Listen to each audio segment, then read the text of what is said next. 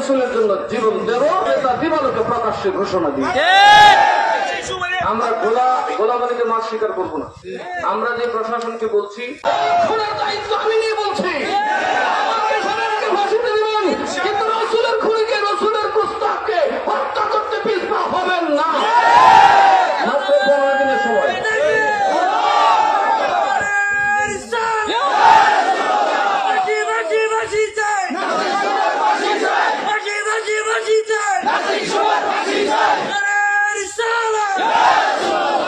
আমরা খুলে আম দেখবো সেদিন প্রশাসনের কয়জন থাকে, প্রয়োজন তাদের সাথে আমাদের যুদ্ধ। মাঠ পালবার মুরত নাই, তালাক দিত স্যার, এরকম কিছু জমাই আছে না, বলতে পারে না, কথা কথা তালাক দিল। আপনারা যদি তাকে অ্যারেস্ট করার ক্ষমতা না দেখান, আপনাদের যদি সক্ষমতা না থাকে, রাস্তা থেকে সরে দাঁড়ান, ইঁদুরের গর্ত থেকে বের করে নিয়ে আসবে। কত বড় সাহস! বেয়াদবি তো করেছে, তার কুলাঙ্গার অভিভাবকরা আবার তার পক্ষে সমর্থন করে। তারা কি মনে করে নাসিরনগরের সুন্নি জনতা, নাসিরনগরের মুসলমান কি ওরা ঘাস কাটবে? আমি আরেকটা আহ্বান জানাবো, 15 দিন পরে আমাদের ইলেকশন শুরু হবে, আমরা সিদ্ধান্ত নেব ইনশাল্লাহ লক্ষ জনতা সমাবেশ, কারণ নাসিরনগরকে কলঙ্ক মুক্ত করতে হবে। কারণ এটা গোটা বিশ্বে নাসিরনগরকে একটা কালো দাগে আমাদেরকে আচ্ছাদিত করে দিয়েছে, এবং এটা যেহেতু সুন্নিদের অধ্যুষিত এলাকা, সেই হিসেবে তা এটা সুন্নিদের উপর সবচেয়ে বেশি বসতে হবে। আর আমি যে কথাটা বলবো এই বিষয়ে আমাদের সাথে যে কেউ যোগ দিতে চান, আমরা সবাইকে সাধুবাদ জানাই, কারণ আমরা কোন ধর্মের অবমাননা আমাদের সুন্নাত সমর্থন। হিন্দু, মুসলিম, বৌদ্ধ, খ্রিস্টান যে যার মতো আছে, প্রত্যেকের ধর্মগুলোর একটা সম্মান এবং মর্যাদা আছে। কোরআনেও নিষেধ আছে, রাসূলের নিষেধ আছে, আমরা আহলে সুন্নাত সেটা মেনে চলি। এই কথাটা আপনাদের কানে রাখবেন।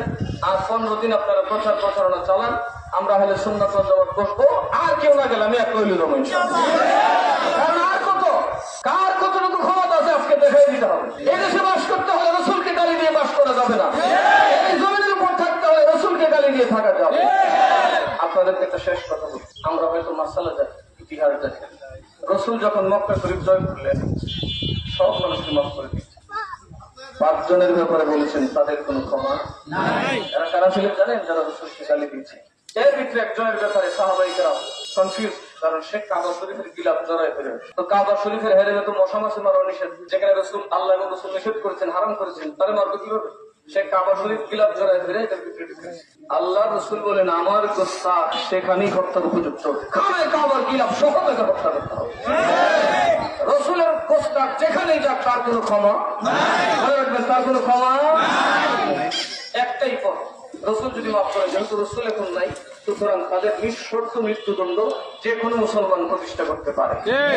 রাসূলকে গালি দিলে তাকে হত্যা করার জন্য আইনের কোনো প্রয়োজন মুসলমানের নাই। এটা আমাদের ইলমুদ্দিন ব্রিটিশ সরকারের সময় শিখিয়ে দিয়ে গেছেন, আমাদের মুমতাজ কাদরী সাম্প্রতিককালে আমাদেরকে শিক্ষা দিয়েছেন, মরতে হয় তো বাহাদুরের মতো মরবো ইনশাআল্লাহ। এবং রাসূলের দুশমন হত্যা করাটাই হচ্ছে ইমানদারের সবচেয়ে বড় যোগ্যতা, ইমানের সবচেয়ে বড় প্রমাণ। মুমতাজ কাদরী জানাজায় মানুষ হচ্ছে 35 লক্ষ মানুষ, সুবহানাল্লাহ, 15 লক্ষ হচ্ছে ব্রিটিশ আমলে। এই ইলমুদ্দিনের জানাজায় যে প্রমাণ করে ইমানের সবচেয়ে বড় কাবিলিয়ত হচ্ছে রাসূলের জন্য লড়াই করা। আমরা প্রশাসনকে 15 দিনের সময় দিলাম, আপনারা যদি এর ভিতরে এই কুলাঙ্গারদের যারা সহযোগিতা করছে, তারা তো দেশে আছে, তাদেরকে যদি আপনারা গ্রেফতার না করেন, আমরা সারা বাংলাদেশ নিয়ে আমরা মার্চটুকু করে রওনা হব। আমরা দেখবো সে এবং তার আত্মীয় স্বজন কোথায় আছে, যারা এটার সাথে জড়িত। ইনশাল্লাহ তাদের কাউকে রেহাই দেওয়া হবে না। দেখবেন একবার শুধু দিব, কোন বাদাম্মার পুলা, কোন জারস সন্তান আর আমার নবীকে গালি দেওয়ার সাহস আমাদের সকলকে কবুল করুন।